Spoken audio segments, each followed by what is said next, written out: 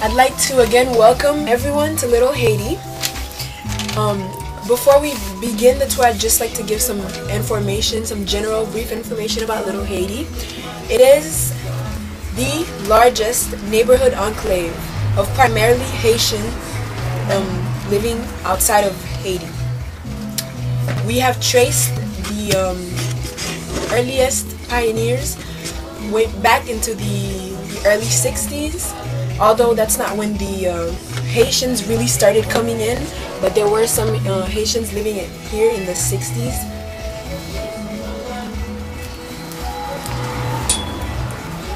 When you look around on this tour, you will see that there's beautiful art on the walls, colorful paintings. You will hear music. It's a very vibrant community. You can notice that from the get-go. The minute you get here, music. You can smell the delicious foods as you're walking outside by the restaurants. You can see the people. You can hear them having like heated debates or just, you know, quiet conversations among each other. You can see the friendly people saying hi to each other and greeting each other, welcoming anybody into their, like you guys, if you step outside, they would welcome you with open arms. They would not be cold and they would be warm and welcoming. There's an estimated 30,000 Haitians in this community, and this does not include North Miami. There's an estimated 225,000 Haitians in overall Miami-Dade County. The Haitian community has come a long way over the last 40 years. I mean, now there's the Haitian, over 400 Haitian doctors, lawyers, engineers, government administrators and business owners. There's over 60 nonprofit organizations that are mostly Haitian owned and run, that serve the Haitian community. There's one that we will see on this tour that provides job training skills and teaching in English. There's a daycare on the first floor center. They provide legal and medical referrals. We'll move past that. And the building behind you, which you will get a better view of as soon as the bus gets moving. It's called the Caribbean Marketplace. It is modeled after the Iron Market in Haiti. If you look closely at it, I mean, you will notice the gingerbread architecture. It was designed by architect Charles Pauly, he was of Haitian descent. It was built in 1989. It was opened in 1990 as an economic development engine for the community. And now we will start to move. We head that way.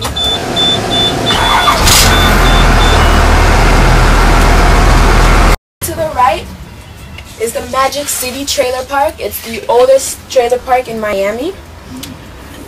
You see the vintage 1920 shotgun houses. They're historic, but unfortunately they will not be preserved because they're in such a state of disrepair. They're all made of Dade County pine.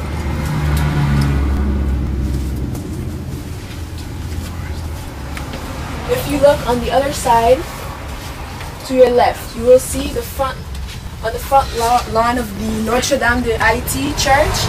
This is the Notre Dame de Haiti Church. You will notice all the oak grove trees. They're reminiscent of Miami in its early days. They're all between 50 and 100 years old, and they provide not just shade but also habitats for small birds and mammals. And then now we'll be moving on. Is the area Okay. Before you go on, Go ahead. who owns this property? The city? It's owned. Right now, this property is is owned, I think it's still owned by the Magic City Trailer Company, but the city is going to be purchasing this property soon. If I'm not sure where it is in the transition, but it should be purchased soon, and some of this is going to be involved in a park that's going to be coming forth in the community. So they cannot be restored. No, I they've mean, been. I think it's been determined that they are historic, because anything 50 years old or older is historic. But have they been designated historic? No, I don't believe they've been designated historic because of the condition. So totally uninhabited now. Right. So, but they were inhabited. They're one room houses. There's quite a movement in Miami-Dade County to restore shotgun houses throughout the county. Right. However, it's my understanding, that these will not be preserved. On the other hand, the building on the corner, you can start talking about. But how many homes are in here? There's like about 20, and there, as I said, prior to Little Haiti, which the term came in 1974 from Mr. Vitor Just, one of the early settler and pioneer of this community. This was Lemon City. And Lemon City is actually older than the city of Miami. This was a stagecoach stop. Okay, this was a lot of prominent people at that time, back around 1894, up until basically up until the 60s. But this was settled even before the city of Miami was incorporated in 1896. Especially this corner that we're on is extremely historic for all of what you're going to see. And now DP will continue telling you about the building on the corner. The building on the corner that we'll see better when we start building, it's a big white building, and it's called the Lemon City Post Office. It used to be that a doctor named John Dupree lived in there. It was his residence. He lived upstairs, and there was a pharmacy downstairs. Can everyone hear me? There was a pharmacy downstairs, and eventually it became the Lemon City Post Office. If you look, you can still see it written on it's on the wall. It was built in 1902, and it is also historic. It is the oldest cement structure north of downtown. Now we're gonna make a U-turn, come back to the church, this yellow church. Earliest pioneers were traced to the early 60s. Most of the Haitians living in this community, they came by boat in the late 70s and early 80s. They came to escape the repressive dictatorship government that was in Haiti at that time. So there was just a big wave of Haitians coming in, and they came by boat, and this church was built as a result of that, and it was built by the Archdiocese, and under the direction of Bishop Wincy, who he transferred to Orlando a couple years ago, but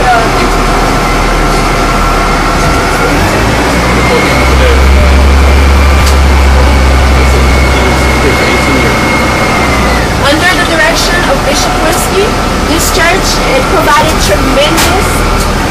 tremendous amount of assistance for the newcomers. It helped them, and it is also it's the Haitian church for the like during the holidays and Christmas, Easter. It's always packed. Haitians, they come down from Orlando, from Kendall, from this area just to be in this church. It's always packed, and it's a great church. Now we're gonna get off. Take a look. We're gonna get off pretty soon. Father Reginald, he will bring you. Will you get off? Yes. Okay. You guide them into the church. Guide everybody in front of you.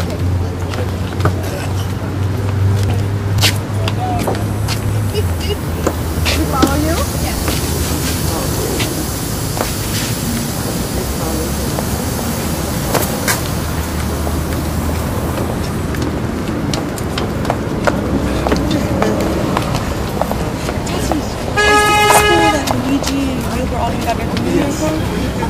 I remember. I don't know. It looked familiar. Okay.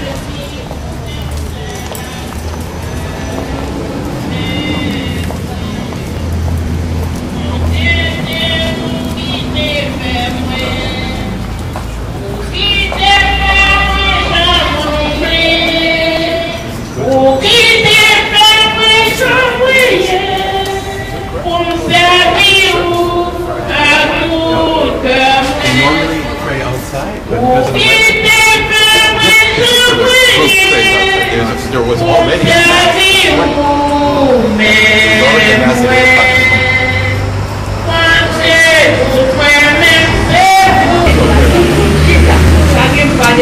Hi, how are you? Good to see you. Welcome. Good This is morning. Father Reginald, Yes. representing the church and the archdiocese. Yes. You can give him a little introduction here so we don't interrupt the mass? No, we will get inside. Okay, okay. There should be no problem. Okay. We're going to be there. Very good. Okay. Please welcome.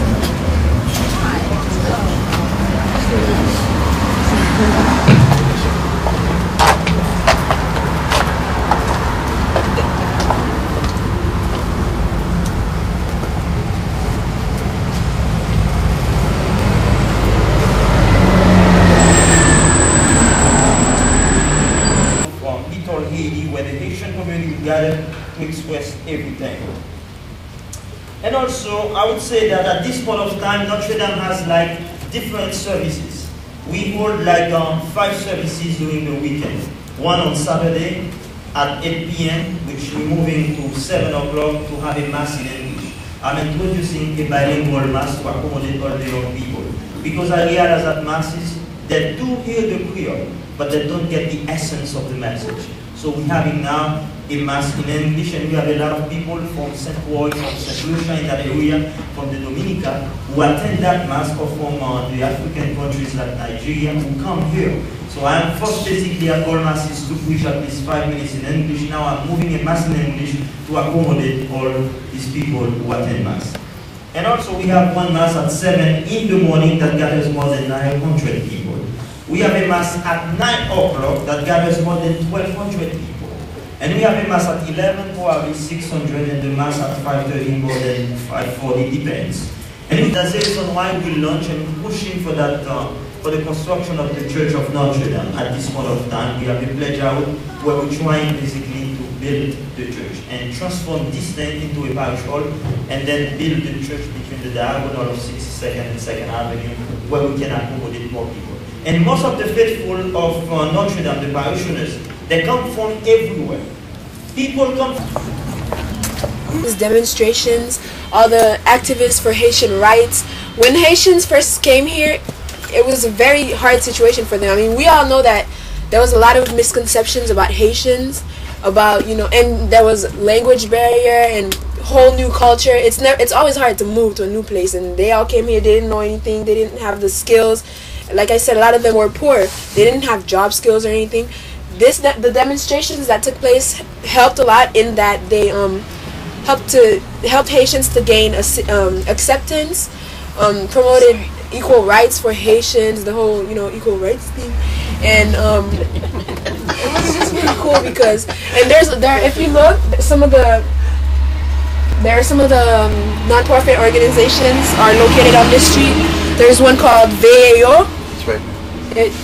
We're right in front of it. It's right there, and so it was just really an important street. You know, just the demonstration street, the manifestations. You can just imagine all that going on to help Haitians, and you know, it really helped because now there's still a whole bunch of, you know, and there was this, when Haitians first came here, there was this perception that they were going to take away the jobs of the members of the other communities, and you know, we were not too popular, and you guys know that, and we still are not. Although I can't see why, because we're a good people, aren't we? But hey, the facility right here of AAO is very historic. This is the facility. This is started by Reverend Father Gerald Jean Juste, who was one of the first directors of the Haitian Refugee Center when it moved into this area. The Haitian Refugee Center actually started not even in this community, but more in the Liberty City area. And Reverend Montpremier, who still lives in the community, he was the first person, along with Reverend Jenkins, of Friendship Missionary Baptist Church. Now that church had a major role in helping Haitians helping Haitians that came to Miami, the refugees, newcomers, providing food, providing a place to stay. And as the Pastor Reginald was mentioning, Father Reginald, many Haitians had to stay in one room at a time, sometimes up to, I don't know how many, but it was a lot. And Friendship opened their doors, unlike a lot of other churches, an outside community, opened their doors and helped the newcomers with the services that they need, because as we know, in the very beginning there was no nonprofits until HACAD, the first one, coming in around 1975. It was the first Haitian nonprofit. Now there's over 60, but there was a lot of people and very few service agencies that were helping them. And so one of the activism for the street activism was this one here, and it still is. And Father Gerard Janjus went back to Haiti.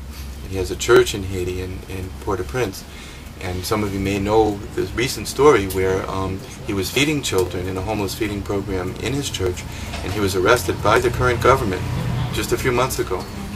And he was jailed without, I forgot, how do you say it, he wasn't given an opportunity to see a judge or anything like that. There's other terms I can't remember this time, but it was primarily because of the community here that did quite a bit of demonstrating on the street and wrote letters and lobbied the Washington and the government in Haiti that he was released recently, only a few weeks ago. So I mean, that's how bad things still are in Haiti. The Haitian Refugee Center is only a few doors down, and they worked very hard with very limited resources in the early years, especially in the 70s, 80s, and well into the 90s. And they're still open, but not as active as in the past.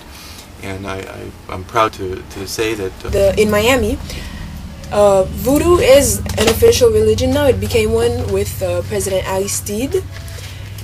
Like many people, before I started working for David, I had this totally wrong idea of what voodoo is. A lot of people just have this misconception, this idea. There's a stigma, you say voodoo and just images come to your mind of what it is, and we just have such a limited knowledge of what it really is. And going into that place, I have learned so much more about it, and it was shame for me to see how little I knew about an aspect of my own culture that a lot of us neglect. And so, for those of you who might not know a lot about it, this would be an opportunity to, like me, learn from it, like I did by going there. It's really cool. It was kind of scary the first time. But no, it's really cool. Yeah. He has, yeah. Okay, so we're gonna get out here for a couple stops.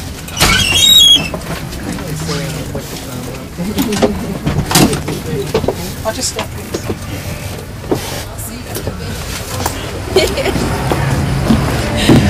Oh man. Is she going over there? Yeah, that's the bakery. Oh, okay. Good, no So let me garbage. go.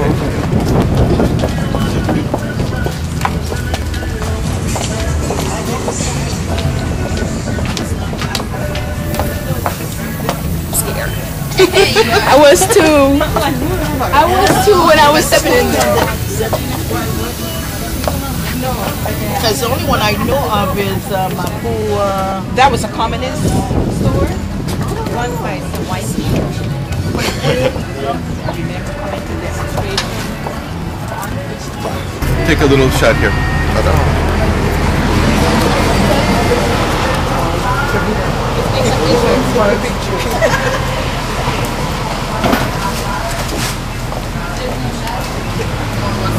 Can I be in the middle?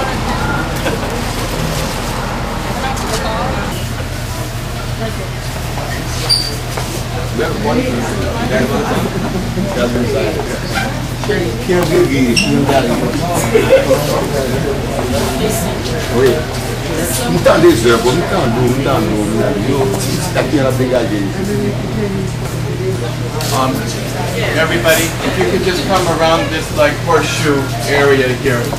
I'm going to introduce you to the owner. David, nice to meet you.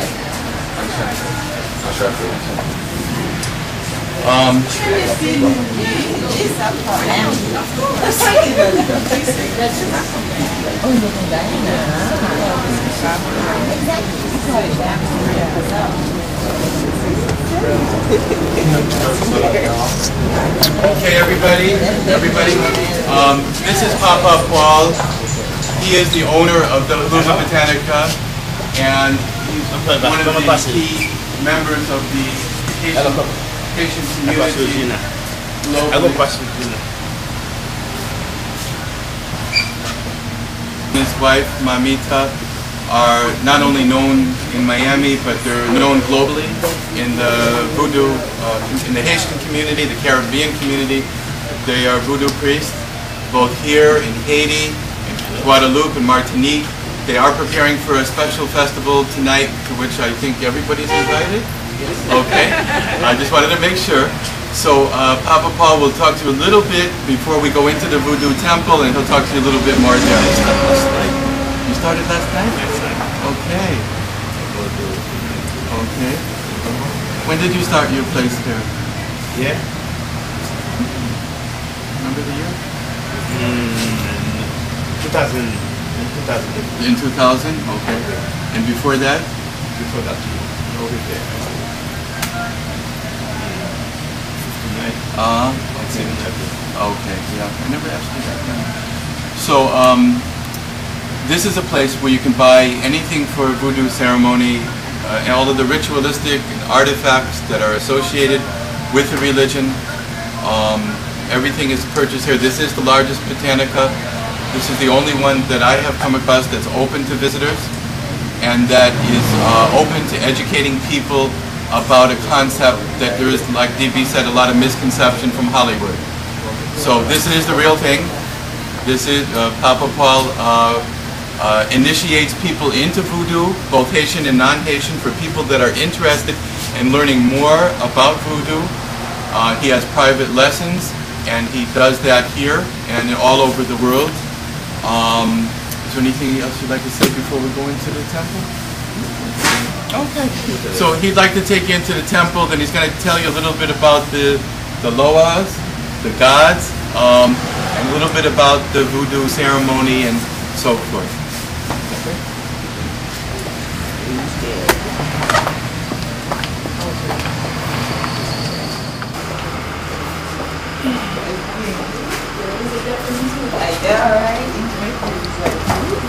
Watch your step. Watch your step.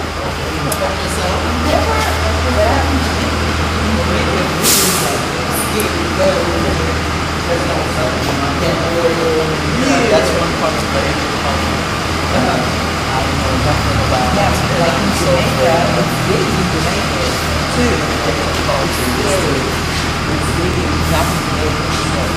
Same thing. It's different.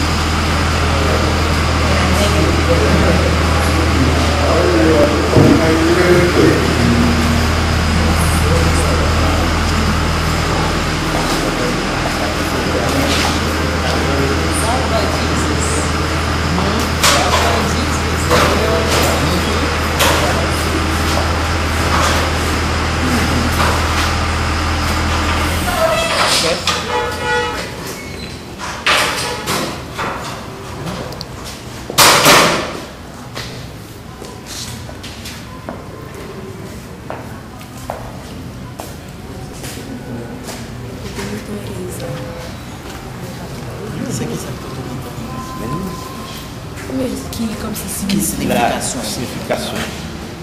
Là où est distinct. Qui signification Pas changer. Pour nous, dans vos dans la instituée. What is this? Dieu. C'est même Dieu ça. Translated in English for them. For them.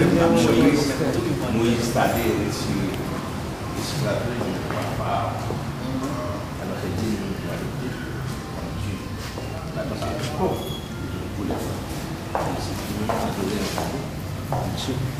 C'est dans bataille tout. Et d'ailleurs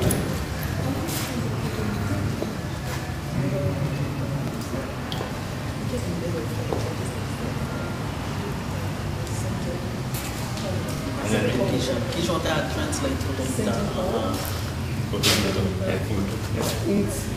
It's a very unique host of the center host. In a temple, you must have the center post in order to have a temple. There's no temple without the center post. That's what he's trying to say. And what did he say about It was explained in the... Okay. Here's the second. Can I hear what he's saying? Une petite couleur, ça y est. Ça, c'est le Dambala Wedo. Il y a Wedo. C'est le petit panneau qui représente même les Moïse. Moïse. Même le prophète là, t'as délivré. Nous avons un roi phare. Tu m'en bats comme. Oh! Nous m'en bats contre toutes les couleurs. C'est Dambala Wedo. C'est le petit. He said, this drawing of snakes here with the center post, it represents in the Voodoo religion, just like Moses when he was going to free the slave with the stick that he received from God in their belief. That stick that to change to a snake when you remember Pharaoh refused to let the people go. So this post and the snakes represent the stick in their religion, and that to open doors in the one, the Jambala, and they represent like God's power through the snake. Is anything you want to ask him? Yes. What is the significance? You're going to kiss aside. Ça, c'est.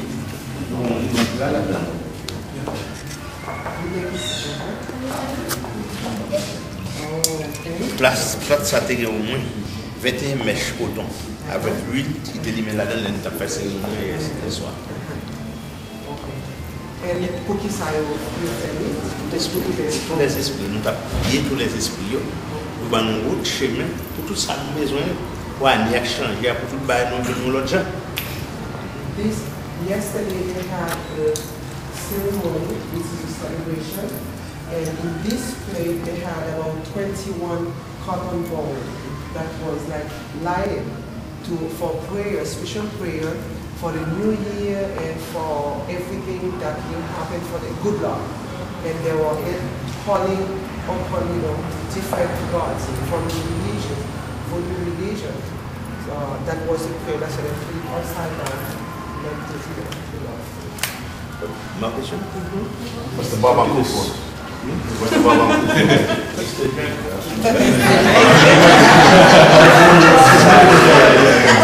What's the best rum ever? For the spirit, for the people. I see. Also, in their belief, the spirit will drink. Will drink.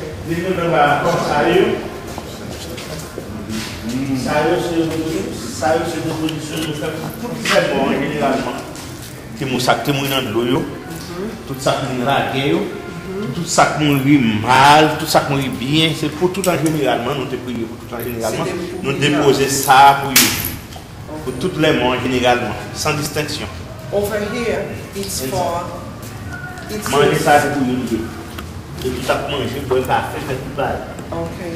In their belief, in the Voodoo religion, they pray especially for a special time pour faire prière ça l'année.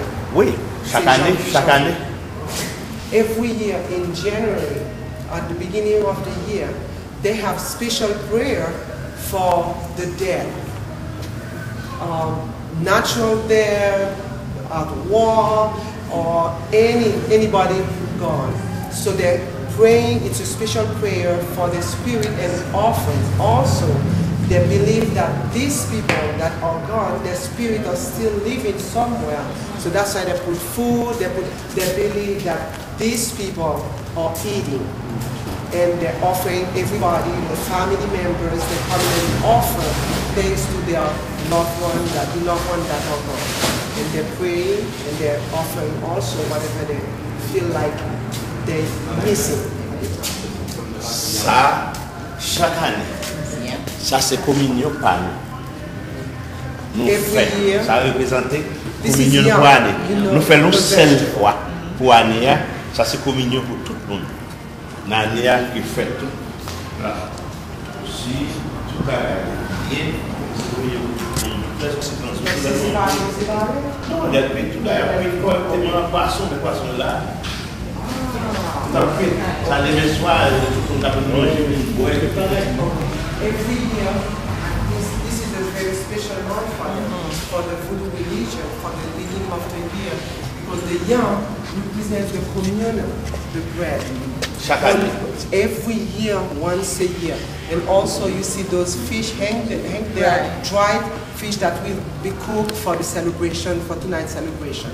It's their way of voodoo communion. Right. Demain, si Dieu veut, on a levé demain matin, demain après-midi, c'est tout le monde manger, ouais, manger, c'est communion ça. They lay the yam, and tomorrow morning cook everything, and it's a big celebration where people will be eating. It's their way of having a communion through the voodoo religion. Can you ask what the symbols? Chaque cérémonie, par exemple, chaque cérémonie représente une loi. Comme ça, représente Papa Legba. Ça, c'est ma salle représentée. Ça, c'est le cas représenté. Ça, mon bois, ils ont été représentés. Ça, est Papa Dambala représenté qui même avec ça. Okay, and over here, each sign represents a voodoo god. And for the celebration, it's used, depends on the time or depend on the god that the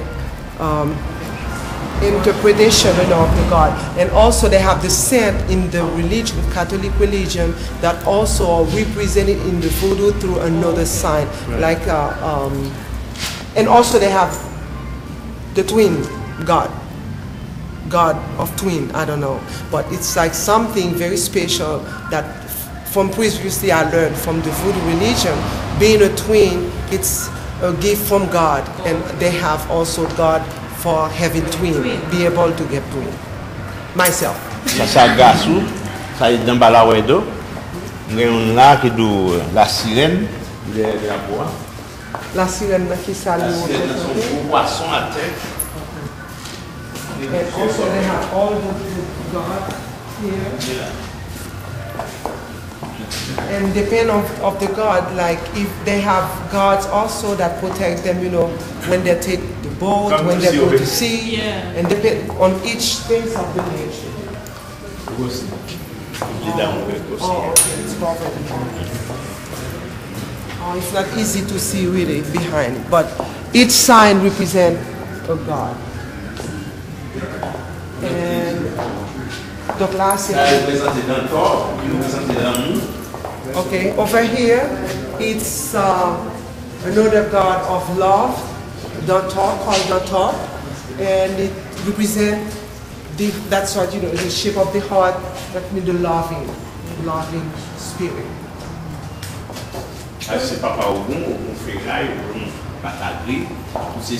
Each of them, you know, there's war, also the god for war, the god for everything.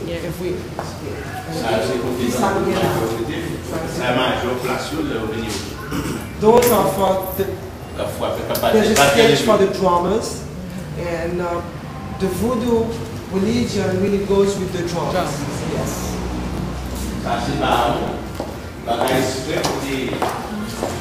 Over here, this is the bow. C'est